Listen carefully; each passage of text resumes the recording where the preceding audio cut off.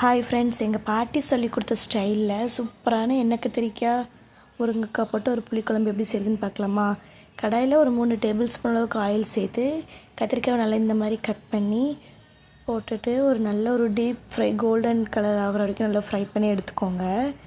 நல்லா இந்த மாதிரி கலர் சேஞ்ச் ஆகி வரணும். இப்போ இது ஒரு பிளேட்டில் ட்ரான்ஸ்ஃபர் பண்ணிவிட்டு இப்போ அதே கடாயில் ஒரு 10 சின்ன வெங்காயம் நல்லா போட்டு நல்லா வதக்கினதுக்கப்புறமா ஒரு மீடியம் சைஸ் தக்காளி, கொஞ்சமாக தேங்காய், கருவேப்பிலை, 1 டீஸ்பூன் மிளகாய்த்தூள், 3 டீஸ்பூன் குழம்பு மிளகாய்த்தூள், 2 டீஸ்பூன் அளவுக்கு தனியாத்தூள், கொஞ்சமாக மஞ்சத்தூள் சேர்த்து நல்லா ஃப்ரை பண்ணிக்கோங்க.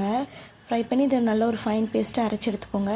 இப்போ கடாயில் 3 டேபிள் ஸ்பூன் அளவுக்கு ஆயில் சேர்த்து கடுகு, வெந்தயம், ஜீரகம், கொஞ்சமாக சின்ன வெங்காயம், கருவேப்பிலை சேர்த்து நல்லா வதக்கிக்கோங்க. இது கூடவே ஒரு தக்காளி, இது வேகிறதுக்காக கொஞ்சமாக உப்பு சேர்த்து நல்லா ஃப்ரை பண்ணிக்கோங்க.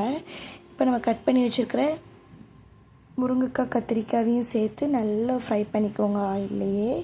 இப்போ நம்ம அரைச்சி வச்சுருக்கிற மசாலா பேஸ்ட்டையும் சேர்த்து நல்லா கிண்டி விட்டுக்கோங்க. இது இந்த மசாலா கூடயே ஒரு 5 மினிட்ஸ் குக் ஆகட்டும். இப்போது நம்ம குக் ஆனதுக்கப்புறமா புளி கரைச்சி வச்சுருக்கிற தண்ணி சேர்த்து கூடவே நமக்கு தேவையான அளவுக்கு மசாலா அரைச்சி வச்ச தண்ணியும் சேர்த்து நல்லா கொதிக்க விட்டுக்கோங்க. அவ்வளோதான் ஃப்ரெண்ட்ஸ், நல்லா கொதிச்சதுக்கப்புறம் சூப்பரான குழம்பு ரெடி ஆயிரும். கண்டிப்பாக ட்ரை பண்ணி பாருங்கள். நெக்ஸ்ட் ஒரு வீடியோ பார்க்கலாம். பாய்.